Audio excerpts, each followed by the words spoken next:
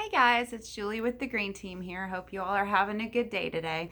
I just wanted to do a really quick follow-up video in regards to a post that we had yesterday. It was about REO properties, and what we said was that we felt that REO properties were the safest type of foreclosure that you could buy. But what we didn't say or get into was what is an REO property and what are the steps and how a home becomes an REO property. Basically, there are 3 steps. I have written them down on paper so we can all follow along. But the first step in an REO property or a home becoming an REO property is called the pre-foreclosure or short sale stage. During this phase, the homeowner is still typically in possession of the home.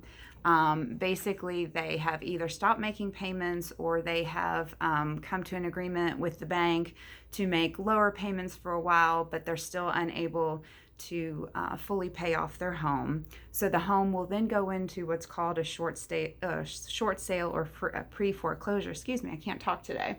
But again, the lender must agree to accept any offers that come in that are lower than what is still owed on the home.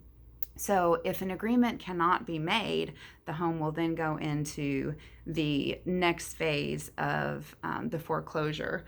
And one more thing about pre-foreclosures too is that they're a lot more rare than they used to be. At the height of the market crash in '07 and '08, about 1 in 20 homes would be a pre-foreclosure or short sale.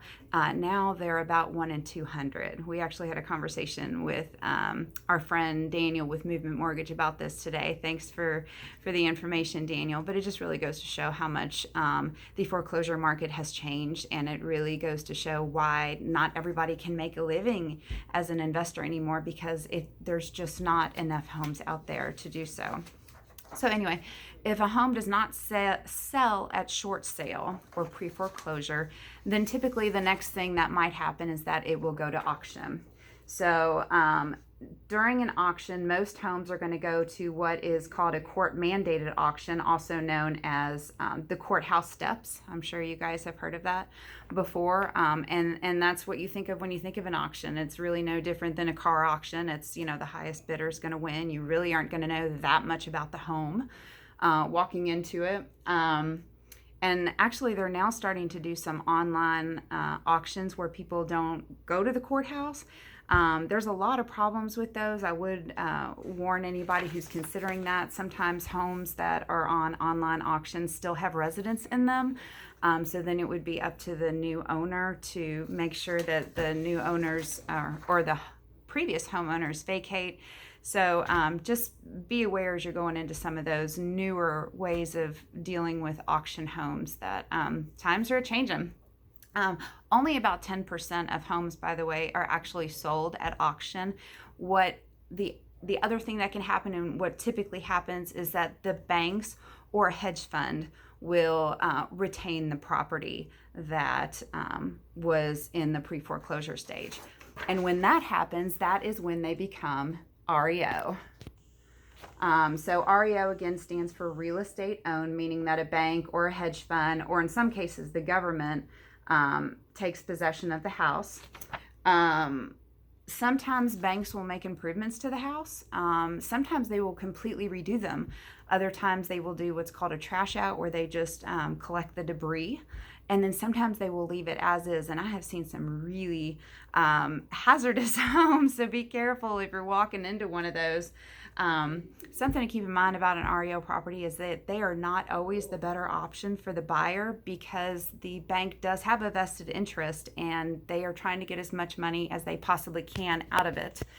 Obviously, because they have lost money already because the homeowners were unable to pay off their mortgage. So it is important to do your due diligence on REO properties. And when I say that, I mean make sure that you're running your comparables very well, that you know what that home is going to be worth when it's completed, because sometimes they may be overpriced when they first hit market. So anyway, there's much more we could talk about when it comes to foreclosures. It's kind of our baby. It's actually how George, our team lead, got started in the real estate business. So if anybody has any more questions, if you'd like to see some REO properties, if you want to know if you qualify, or if you'd like to get into the fixer-upper game, please give us a call. Check out our website, www.exitgreenteam.com. We've got some REO properties there, and we'd love to hear from you and talk to you. So hope everyone has a great day, and we'll see you soon. Bye.